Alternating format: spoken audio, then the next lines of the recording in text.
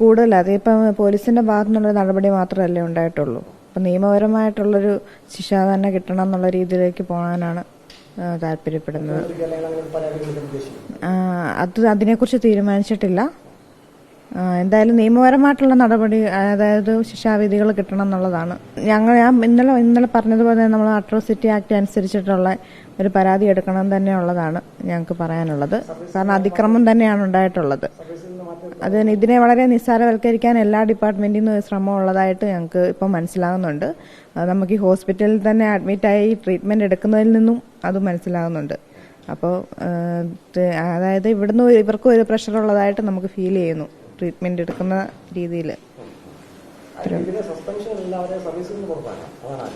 സർവീസിൽ നിന്ന് പുറത്താക്കണമെന്ന് പറഞ്ഞാൽ അതൊരു അതിക്രമം തന്നെയല്ലേ നടത്തിയിട്ടുള്ളത്.